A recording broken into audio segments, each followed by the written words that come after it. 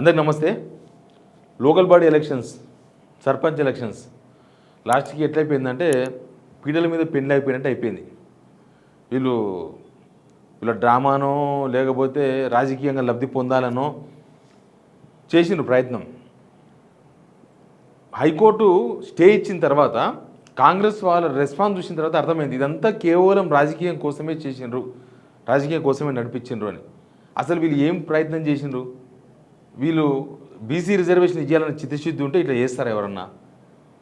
కొన్ని గంటలనే మాట మార్చేసిండ్రు. కొన్ని గంటలు కోర్టులో ముచ్చట చెప్పి కోర్టు స్టే చేయగానే గేట్ బయటకు వచ్చేసి వేరే వేరే మాటలు మాట్లాడుతున్నారు. అసలు రాహుల్ గాంధీ ఎందుకు పార్లమెంట్లో మాట్లాడలేదో ఎవరు తెలియదు. చాలా చాలా విషయాలు దీనిలో బీసీ సంఘాల లీడర్లు కూడా బీసీల తరఫున మాట్లాడాల్సింది పోయి వాళ్ళు కూడా రాజకీయ నాయకులాగా మాట్లాడుతున్నారు. వాళ్ళు కూడా రాజకీయ పార్టీలకు వంతపాడుతున్నారు. అసలు ఏం జరుగుతుంది, ఇట్లయితే ఏమవుతుంది, అన్ని విషయాలు మాట్లాడదాం. అంతకన్నా ముందు బీసీలు రిజర్వేషన్ ఇస్తామని కాంగ్రెస్ పార్టీ హామీ ఇచ్చింది. చాలామంది ఆశపడ్డారు. వీళ్ళు దసరా పండుగ ముందు నుంచే నీకు టికెట్ నీకే వచ్చే ఈ ఊరికి బీసీ రిజర్వేషన్ అని చెప్పి అందరిలో ఆశలు రేపిర్రు. డబ్బులు ఖర్చు పెట్టుకున్నారు, లేకపోతే అప్పు తీసుకొచ్చి ఖర్చు పెట్టినరు. ఇప్పుడు తీరా కొట్టేసే వరకు అది కాంగ్రెస్ వాళ్ళ మీదకే వస్తుంది. ఇప్పుడు వీళ్ళే కదా ఇదంతా ఇది అయితదో కాదు చూసిన తర్వాత నువ్వు చేసేది ఉండే ప్రయత్నం. అయితో కాదు తెలియకుండా ముందే మొత్తం రిజర్వేషన్లు ఇచ్చేసి ఇంకా అభ్యర్థుల ఎంపిక కూడా అయిపోయినట్టుంది. మనం మొత్తం క్లీన్ స్వీప్ చేయాలని రేవంత్ రెడ్డి నేనే చెప్పిండు కదా. అన్నీ చేసి వాళ్ళతో డబ్బులు ఖర్చు పెట్టించేసి వాళ్ళ అన్నో ఎన్నో చిన్న చిన్న భూములు ఉంటే భూములు అమ్మకానికి పెట్టి కొంతమంది అడ్వాన్సులు కూడా తీసుకున్నారు. భూములు అడ్వాన్సులు అమ్మకానికి పెట్టి అమ్మి అడ్వాన్సులు కూడా తీసుకున్నారు. ఇప్పుడు అవి ఎంత పెద్ద కొట్లాడైతే తెలియదు. అయితే ఏంది వీళ్ళు కోర్టులో ఏం చెప్పిండ్రు? కోర్టులో వీళ్ళ తరఫున అడ్వకేట్ జనరల్ లేకపోతే సీనియర్ అడ్వకేట్లు అసెంబ్లీలో అన్ని పార్టీలు ఆమోదించినాయి.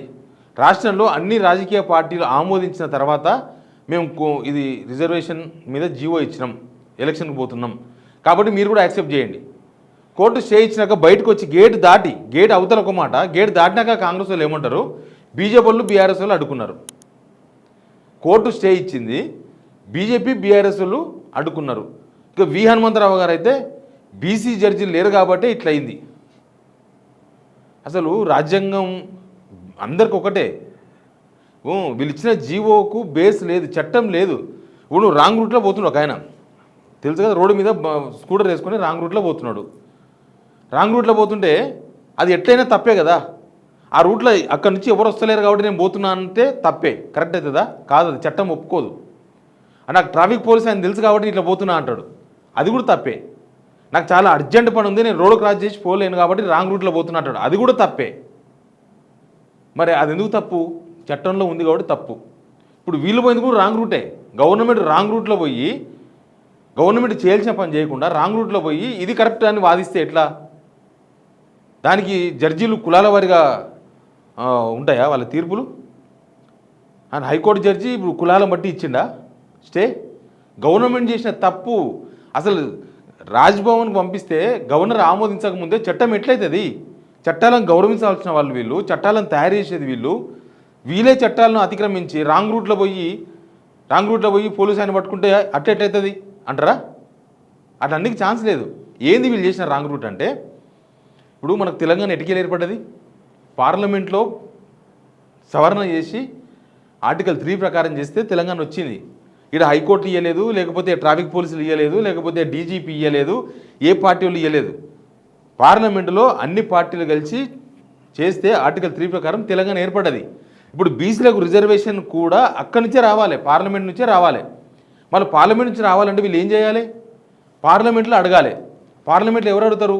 కాంగ్రెస్కి 8 మంది ఎంపీలు ఉన్నారు, రాహుల్ గాంధీ ఉన్నాడు, కాంగ్రెస్కు స్వయాన 100 మంది ఎమ్మెల్యేలు ఉన్నారు, ఎంపీలు ఉన్నారు.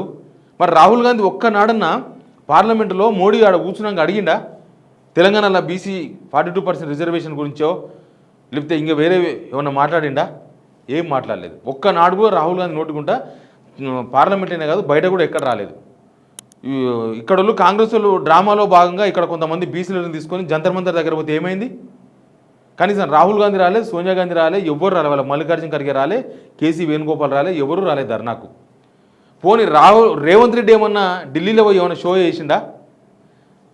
బీసీ రిజర్వేషన్ చర్చలు ఉన్నప్పటి నుంచి వీళ్ళు కులగణన చేస్తున్నాం, మేము బీసీ రిజర్వేషన్ ఇస్తామన్నప్పటి నుంచి మోడీని అమిత్ షా ఎన్నిసార్లు కలిసిండ్రు? 3-4 సార్లు కలిసిర్రు. ఈయన ఏమడుగుతాడు?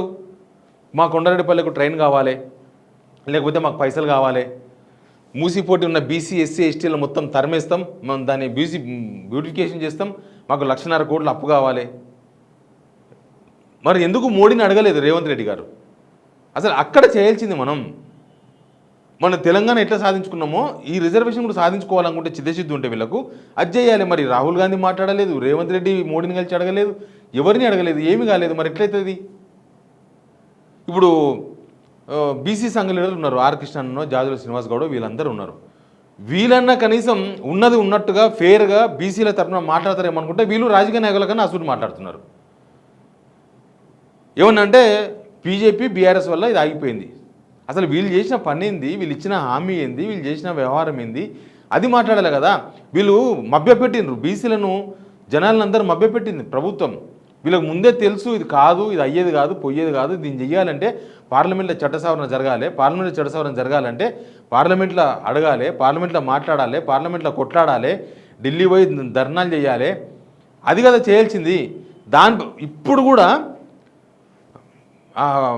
హైకోర్టులో స్టే ఇచ్చిన తర్వాత బయటకు వచ్చి ఏమన్నారు వీళ్ళందరూ? బీజేపీ బీఆర్ఎస్ సహకరించలేదు కాబట్టి పెండింగ్ పడ్డది. వీళ్ళది ఎట్లయిందంటే వీళ్ళకి భయం పట్టుకున్నది, కొడతారేమో, మనం ఇంత దూరం తీసుకొచ్చిన ఇష్యూను ఇప్పుడు సడన్గా స్టే ఇచ్చింది కోర్టు స్టే ఇచ్చింది కాబట్టి ఎలక్షన్స్ రద్దు అయిపోయినాయి. చూసినాం కదా, మనం ముందు నుంచి మాట్లాడుకుంటున్నాం ఎలక్షన్ ఉండదు ఇదని. ఎలక్షన్ రద్దు అయిపోయింది. ఎలక్షన్ రద్దు అయిపోయిన తర్వాత మరి ఇంకా కోపం ఉండదా గవర్నమెంట్ పైన? ఇది ఎందుకు పెడతారు అంటున్నారు, ఎందుకు పెట్టరు? వీళ్ళకు కాదు అని తెలిసి ప్రయత్నం చేసినారు. అది ఇక్కడ ప్రయత్నం కూడా కాదు. ఇప్పుడు జనాలను అయితే ముంచిర్రు కదా, జనాలు అయితే డబ్బులు ఖర్చు పెట్టుకున్నారు కదా. ఇప్పుడు బీజేపీ వాళ్ళు ఏం చేస్తారు? బీజేపీ బీఆర్ఎస్ సెంట్రల్ ఇక్కడ కనీసం ఇక్కడ గాంధీ భవన్ బీజేపీ ఆఫీస్ దగ్గర ఉంటాయి. ఆ బీజేపీ ఆఫీస్ ముందర పోయి బీసీ రిజర్వేషన్ గురించి ధర్నాన్న చేసినరా? ఇక్కడ వాళ్ళు కాంగ్రెస్ వాళ్ళు చేసినరా? ఇంకా వాళ్ళు మంచిగా ములాఖతులో తిరుగుతున్నారు, చోటాబాయ్ బడాబాయ్ అని. ఇక ఏడికెళ్ళి సాధ్యమవుతుంది? గాంధీ భవన్లో బీజేపీ బీఆర్ఎస్ దిష్టిబొమ్మలు దగ్ధం చేసి వీళ్ళిద్దరి వల్లనే బీసీ రాలేదని చెప్పి మినిస్టర్స్ వరుసగా పొన్నం ప్రభాకర్ మాట్లాడతాడు, మహేష్ కుమార్ గౌడ్ మాట్లాడతాడు. ఒకసారి మహేష్ కుమార్ గౌడ్ మాట్లాడి వినండి. అసలు బీసీలకి రిజర్వేషన్ ఇవ్వడం ఇష్టం లేనటువంటి బీఆర్ఎస్ బీజేపీ పార్టీ ఎన్ని ప్రయాసాలు ఓర్చి మేము ఎన్ని కార్యక్రమాలు చేర్చి ఉన్న ఆప్షన్స్ అన్ని కూడా అవైల్ చేసుకొని ఎట్టి పరిస్థితుల్లో 42% రిజర్వేషన్ ఇవ్వాలనే చిత్తశుద్ధితో బీజేపీ బీఆర్ఎస్కి ఇష్టం లేక ఇన్ని ప్రయాసాలు కొడిచి దీన్ని స్టే తెప్పించారంట. అసలు ఏం మాట్లాడుతున్నారో మహేష్ కుమార్ గౌడ్ ఏం మాట్లాడతాడో, పొన్నం ప్రభాకర్ ఏం మాట్లాడతాడో, ఈ బీసీ ప్రజాప్రతినిధులు తప్పుదోవ పట్టిస్తున్నారు సమాజాన్ని అనేది వెరీ క్లియర్గా అర్థమైంది కదా. వాళ్ళు ఇట్లా కోర్టును మేనేజ్ చేసిండ్రా? అసలు మీరు ఇచ్చిన జీవోకే బేస్ లేదు, చట్టంలో లేదు. అది చేయాలి మీరు ముందు. ఉత్తగా మనం తెలంగాణ ఉద్యమంలో టీజీ అని రాసుకున్నాం బండ మీద, మా తెలంగాణ వచ్చేసింది అన్నాం, అనగానే తెలంగాణ వచ్చేస్తుందా? పార్లమెంట్లో జరిగితే తెలంగాణ వచ్చింది. ఇది కూడా అక్కడనే జరగాల్సిండే. అది అసలు ప్రక్రియ ఫాలో కాలేదు. వీళ్ళు ఇప్పుడు కూడా సెంట్రల్ గవర్నమెంట్ మీద ఒక్క మాట మాట్లాడతలేరు. ఈ రోజు కూడా స్టే ఇచ్చిన తర్వాత కూడా సెంట్రల్ గవర్నమెంట్ మీద ఒక్క పల్లెత్తు మాట ఎందుకు మాట్లాడతలేరు? వీళ్ళకున్న చిత్తశుద్ధి ఏంది? అసలు వీళ్ళకు లోకల్ బాడీ ఎలక్షన్ పెట్టాలని ఉంటే ఇదంతా జరిగేదా? లోకల్ బాడీ ఎలక్షన్స్ పెట్టకూడదన్నది వీళ్ళకు, అందుకే జరగలేదు. ఇదంతా ఒక ప్రక్రియ ఉంటుంది కదా. సేమ్ తెలంగాణ విషయంలో ఎట్లా డ్రామాలు ఆడినరు కాంగ్రెస్ గవర్నమెంట్, ఇప్పుడు ఈ రిజర్వేషన్ విషయంలో కూడా అంతే డ్రామా ఆడుతుంది, అంతకు మించి డ్రామా ఆడుతుంది. ఇంకా వాళ్ళ మీదే వీళ్ళ మీద వస్తే జనాన్ని నమ్మే పరిస్థితిలో లేరు. మీరు చేసిన తప్పు క్లియర్గా కనబడుతుంది. మీరు చేసిన కులగణన కరెక్ట్ లేదని కోర్టే తప్పు పట్టే, మీరు చేసిన కులగణన రిజర్వేషన్స్ సరిపోదని కేంద్ర ప్రభుత్వం చెప్పే, మీరు చేసిన ప్రాసెసే కరెక్ట్ లేదని అర్థమైపోయింది కదా. ఇక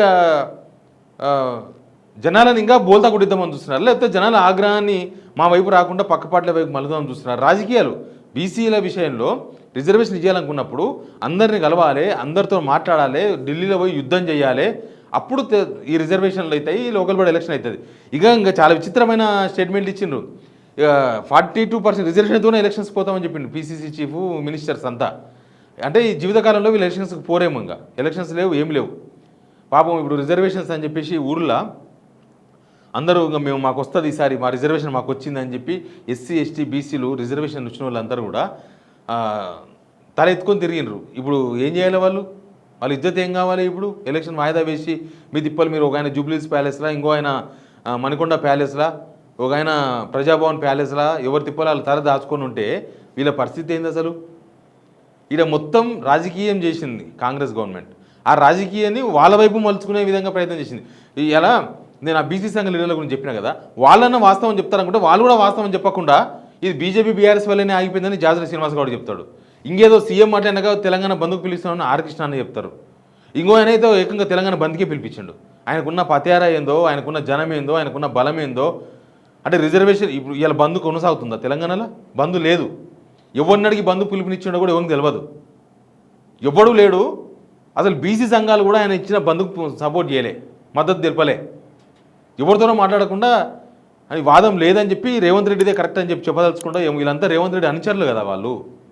ఇట్లా మొత్తం లీడర్లందరూ కూడా రాజకీయ పార్టీల నాయకులు మాట్లాడినట్టు రాజకీయ పార్టీలకు అనుగుణంగా మాట్లాడితే ఇక బీసీలకు న్యాయం ఎక్కడ జరుగుతుంది? ఎలక్షన్ ఎప్పుడు జరుగుతుంది? ఏమవుతుంది? ఇందులో మొత్తం పాలిటిక్సే ఉన్నాయి. అస్సలు విషయాలంతా దాచిపెడుతున్నారు. అందరు దాచిపెడుతున్నారు అసలు విషయాలు. చేయాల్సిన పని చేయకుండా, పార్లమెంట్లో చట్ట సవరణ కోసం పట్టుబట్టకుండా, పార్లమెంట్లో మాట్లాడకుండా, అసలు ప్రెషర్ పెట్టకుండా, మోడీని అడగకుండా, అమిత్ షాని అడగకుండా, ఏమి అడగకుండా ఈడ డ్రామాలు చేసి అది పోతుందని తెలిసి అందరినీ రంగంలోకి దింపి డబ్బులు ఖర్చు పెట్టించి ఇప్పుడు చేతులు ఎత్తేసి వాళ్ళు చేశారు వీళ్ళు చేశారని మొత్తుకుంటున్నారు. దీన్ని అర్థం చేసుకోవాల్సిన అవసరం తెలంగాణ సమాజం ఈ రాజకీయాలను. Please subscribe signal TV.